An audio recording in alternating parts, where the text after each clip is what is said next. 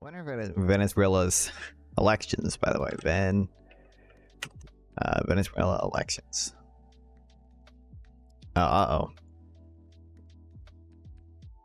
This is Venezuelan moment. It needs the world's help.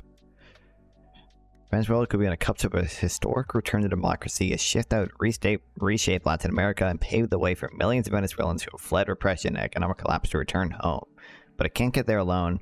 With less than 2 weeks ago before the July 28th national election, the country's fractured opposition has united behind a single presidential candidate, Edmundo Gonzalez, who has been leading the polls by over 20 points. Granted against a long-time boycotted vote, the opposition has instead conducted an energetic, organized campaign that, despite increased attempts by the government to instill fears among the electorate, has succeeded in capturing Venezuelans' imaginations. 2/3 of registered voters plan on casting their ballots this month, according to a recent poll, compared with just 46% in the last presidential election. But the same roadblock stands in the way of free and fair elections that has been there since the past decade. President Nicolas Maduro. I'm not pronouncing any of these names correctly, but you're never going to get that from me. So, nation's democracy is withered on his watch. Along with the economy, there's a very real possibility that if it faced electoral defeat, he and his cronies would just rig the result, not cling out of power. Not just to cling out of power, but to avoid jail. President, members of his administration, and the military elite and other allies face criminal charges by the U.S. Justice Department, U.S. State Department, bounties, and individual sanctions, an international criminal court investigation into crimes against humanity allegedly committed by the regime. Oh, so they're gonna say we shouldn't be like arresting them because if we don't, it sort of incentivizes them to actually accept the results of the election. I've always like sort of favored individual sanctions on. I mean, it depends on the country, obviously. Like I think after Russia invaded Ukraine, we should have sanctioned them probably even more than we did. We should have sanctioned them as much as humanly fucking possible. But like for Venezuela, like Venezuela's bad, but like I'm probably not in favor of the collective punishment that sanctions impose there. Something can be done. The United States can support the Venezuelan people in their fight for democracy by creating a legal off-ramp for Mr. Maduro and his allies so that if the president loses, he will agree to give up power. It's an opportunity that won't come around again anytime soon, and the window to seize it is rapidly closing. Without it, he will the likely outcome of this month's vote will be more repression, more forced migration, and more suffering. What would be a negotiated exit for Mr. Maduro look like? Washington could make a strong and credible offer that it will not prosecute him or his circle if they recognize an electoral defeat and leave office. The recent revival of talks between the US and Venezuela is the perfect opportunity to present such an offer. To make it credible, it should also be communicated directly to other Latin American governments and announced publicly. If Mr. Maduro accepted the offer, the transition to democracy could happen swiftly. If he rejected it, the offer could still exert significant pressure on him, as members of his coalition might push him to accept it, recognizing the benefits they would gain from the proposed terms. Why would Washington consider such a move? A return to democracy in Venezuela could be a major foreign policy victory for the Biden administration at a time when the embattled American president could use a win. Also, it probably, I mean, they have oil. We need their oil, obviously. Obviously, it's all about oil every time. I hope Biden does extend this offer, actually, because it'd be another thing I could argue for him. Although, might be Kamala pretty soon, won't it? Where were we? Biden administration that could help to limit the surge of migration to the U.S. southern border. Some 40% polled Venezuela said they were thinking about leaving the country if Mr. Maduro stayed in power, and potentially reduce the influence of Russia and China in a country that possesses the largest oil reserves in the world. Nothing else has worked. Last year, the Biden administration lifted some sanctions to encourage Mr. Maduro to conduct a free and fair vote. I saw that, and then after he banned some of the opposition candidates, we put the sanctions back on. But after that person, the leading opposition candidate coming out of the opposition's primary, was barred from running in national polls, the United States reimposed him. What was the reason for this? Court said it upheld findings that much of supported U.S. sanctions had been involved in corruption and had lost money for Venezuelans' foreign assets, including US-based oil refiner. Okay. I don't know supported U.S. sanctions, have been involved in corruption. Did he ever hold power anywhere? What does that even mean? Former deputy of the National Assembly of Venezuela. Okay. Why is it this Spanish? So in theory, she could have been involved in corruption. In theory, could have happened. Could have been a case. Who knows? The leading opposition candidate was barred. Yep. The United States reimposed them. Creating an off-ramp is not about absolving Mr. Roger or rewarding bad behavior. It's about dismantling a destructive regime without plunging the country into further chaos. Venezuelan opposition leaders, including Mr. Gonzalez, Miss Machado, have said they would support negotiations that could include guarantee of no legal retribution for all parties after the vote, a recognition that the path to democracy is fraught with complexity and compromises. For the strategy to work, other international leaders must join in. Lula from Brazil, with his historic ties to Chavism, Hugo Chavez once called it a big brother. The Latin American left is uniquely positioned to mediate this this delicate process. To be fair, I don't know if Chavez was as bad as the new guy. If you look at, I'm pretty sure most of the hyperinflation stuff started with the new guy, not Chavez, but Chavez arguably created the conditions for it, right? But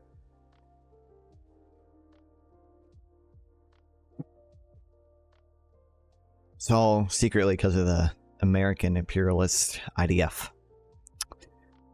When he was elected in 2022, the United States, along with other Latin American countries in Europe, played a pivotal role in swiftly and decisively recognizing his victory. As Bolsonaro party questioned the legitimacy to vote. I remember that. Dude, wait, I should write this down actually. Biden doesn't even get credit for that anymore. We all fucking forgot about that. Biden, I think he...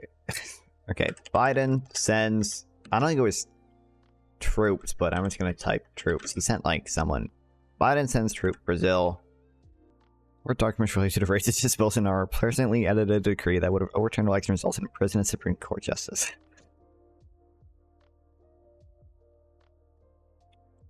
Okay, what did Biden do?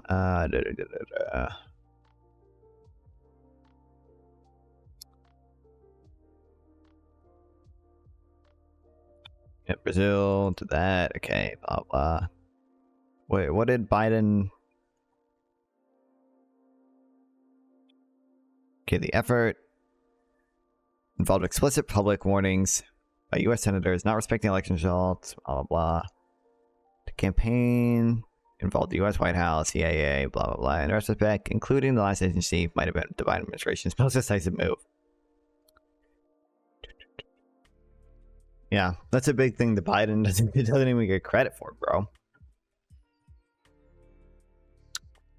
Especially from the leftist.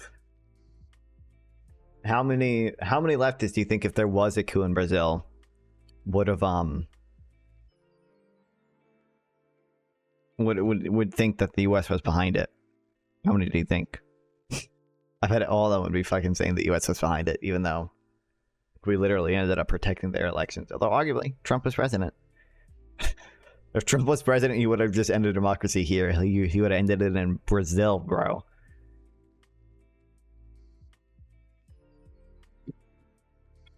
Can't have democracy ending in Brazil. Okay,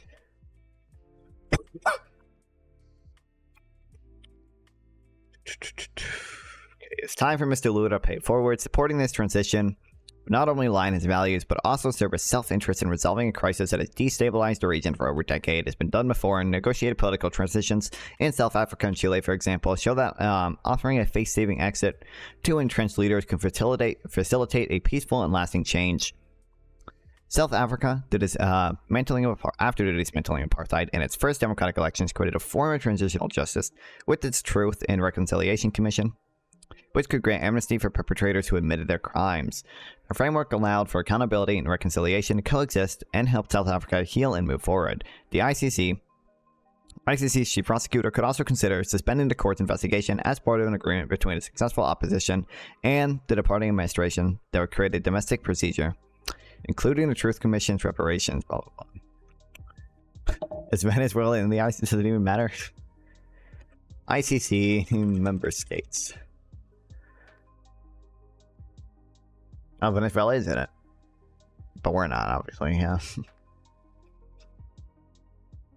Or we're, what, signed on, but haven't ratified or whatever?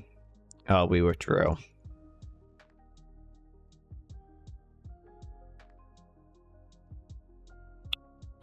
Alright.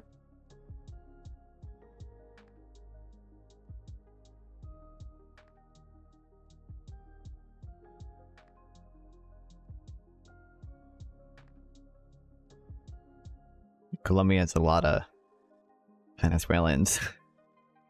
Although Colombia actually, from what I've seen, has been accepting most of them.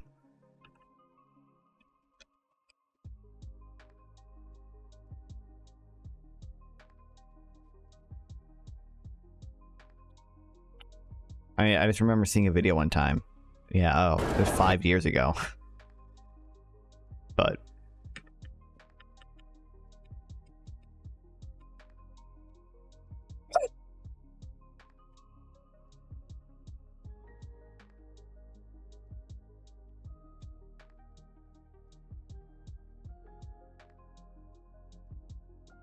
wild.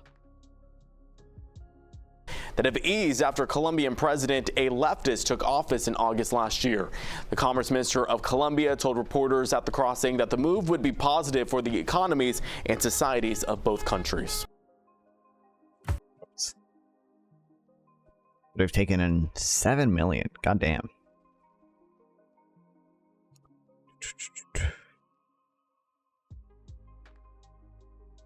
Okay, whatever. ICC. Persuading Venezuelans to accept the face-saving asset from Maduro won't be easy. Many are scared by the human rights abuses and widespread corruption that have taken place during his tenure. In my work supporting communities that have been brutalized by the government's security apparatus, I witnessed the profound destruction inflicted on the lives of the regime's victims. I've seen the deep scars left in the political prisoners who were tortured and their families, including in the case of a friend of mine who was killed in custody.